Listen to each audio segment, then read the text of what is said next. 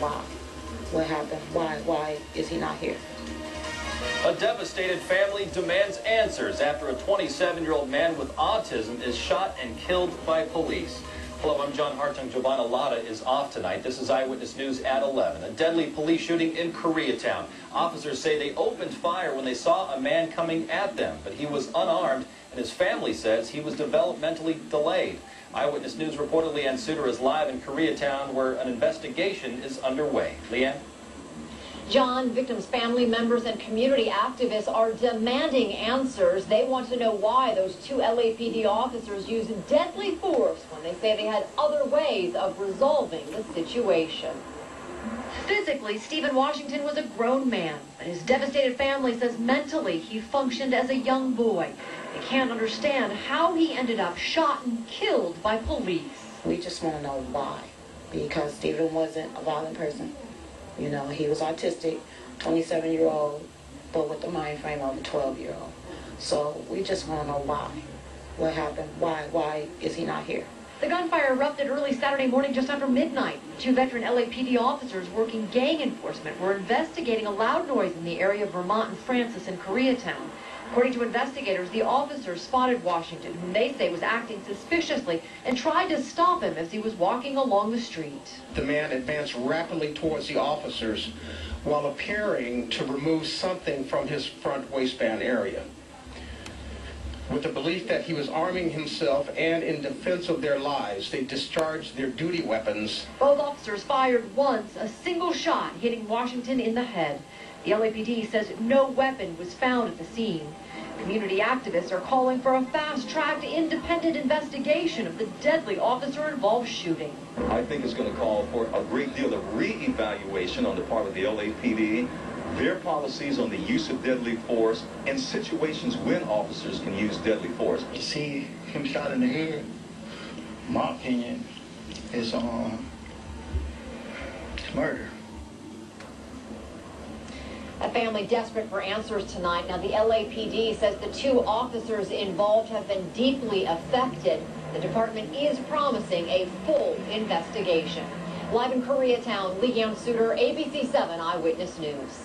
Leanne, thank you. And for the second time in as many days, there has been a deadly officer-involved shooting in Downey. We're told Downey police officers shot and killed a man near Paramount Boulevard and Imperial Highway tonight. LA County Sheriff's homicide detectives are handling the investigation, and no further information has been released so far tonight. And newly towards the officers while appearing to remove something from his front waistband area. With the belief that he was arming himself and in defense of their lives, they discharged their duty weapons. Both officers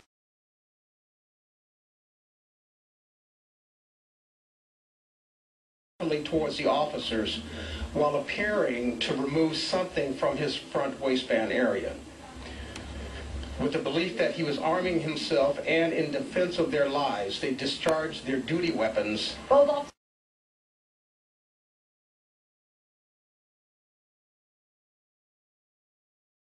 towards the officers while appearing to remove something from his front waistband area. With the belief that he was arming himself and in defense of their lives, they discharged their duty weapons. Both officers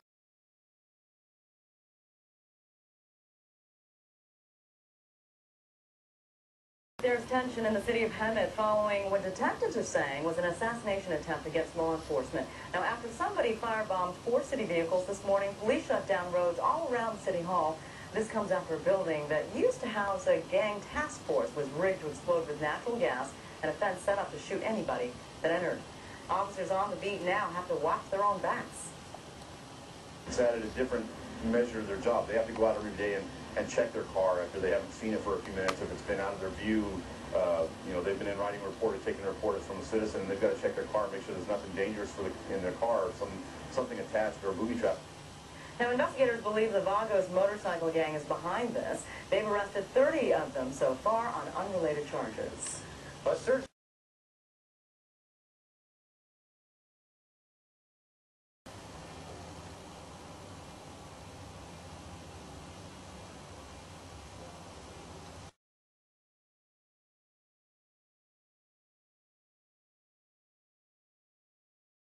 He was the police chief in Riverside until a late night of drinking at a topless club and an accident on his way home. But now a sudden guilty admission from former Riverside police chief Russ Leach. Hello again, I'm Robert Kavasek in tonight for Chuck Henry. And I'm Colleen Williams. Some would say he's already endured his worst punishment, a premature end to a promising career in law enforcement. Today, though, we learned there is more, including possible jail time and probation. Tony Ginyard live in Riverside with more on that for us. Tony. Yeah, no jail time right now unless he violates probation. According to the prosecutor handling this case, the former Riverside chief of police consumed 7 double Chevys Regals over a 4-hour period and then crashed his city-owned vehicle. Take a look at some videotape from inside the courthouse today. The former chief, Russ Leach, was not required to appear in court today, but his attorney entered a plea in his behalf. Guilty of driving under the influence. The charge stemmed from an incident on February 8th, just hours after Super Bowl Sunday. He crashed his city-owned car, a Chrysler 300, drove on the rims, shredded the tires. He was stopped by 2 of his own officers who drove him home rather than giving him a field sobriety test or placing him under arrest. Now, prosecutors say Leach drank at his home and took prescription medicine, including Xanax and Valium, and then went to the Topless Club in Colton, where he drank some more. In court today, the former police chief was sentenced to 30 days in a home monitoring program and 3 years probation, 6 months in an alcohol education class, and just over $1,500 in fines. The supervising deputy district attorney told me the punishment fits the crime. I think it's important when we're doing justice to treat all people equally. People who have more money should not get a better sentence than people who have less money. People who have a job that's important, like the former chief of police, should not get better treatment or worse treatment than anyone else, because part of what they pay us for is doing justice, and doing justice means treating everyone fairly.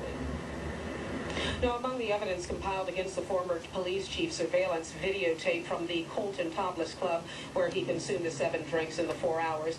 Now, the prosecutors say at the time he left the club, they believe his blood alcohol level was .22.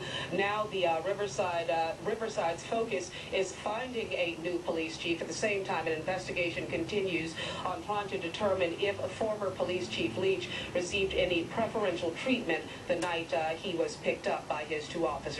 I'm Tony Ginyard reporting live from Riverside. Back to you in the studio.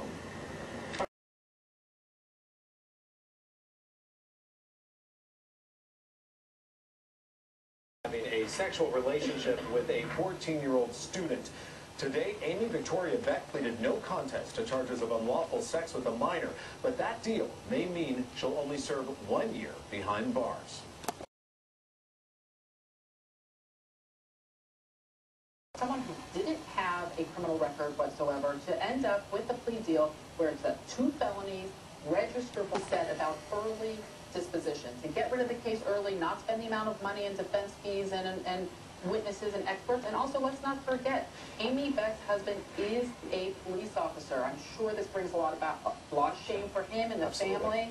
And she's wanted to handle this and take control from the beginning, from her disclosure and turning herself in all the way till now.